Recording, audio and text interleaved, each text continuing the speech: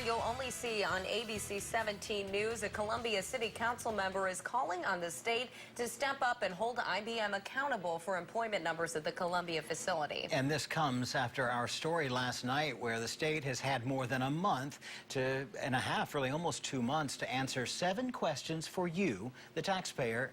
And tonight, it still hasn't done so. ABC 17's Jillian Fertig talked with 3rd Ward City Councilman Carl Scala.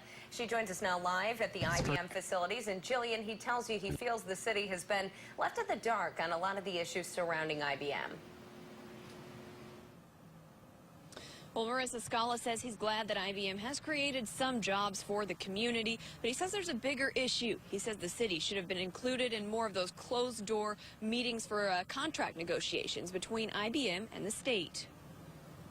It's very frustrating from a city point of view because even though we had a stake in this attraction piece, if you will, we don't have much leverage in terms of enforcement. IBM came to Columbia back in 2010. The company promised 800 jobs in return for $28 million in tax incentives from the state. It's a promise that IBM has never fulfilled, and the state suspended some of the tax credits and programs earlier this year.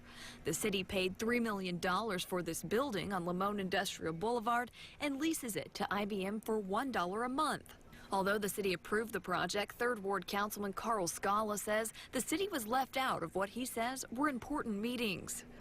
There were some issues I had with the process. That is, the city council in particular was still not brought into the process except for the expenditure of that $3 million for a potential IBM contract. At a city council level, when we're spending taxpayer dollars to the tune of $3 million, we ought to be in those closed session rooms too. Scala says it's up to the state to enforce the agreement as far as employment numbers. We need the state to step up to the plate to give us that data when we ask for it, both the reliability of the data and the speed with which they deliver it. Scala also says he finds it concerning that some of the employees reporting to the facility may not even live in Missouri. He says should the city consider a similar project in the future, I'll be much more reluctant to give my support for some proposition that I don't completely understand.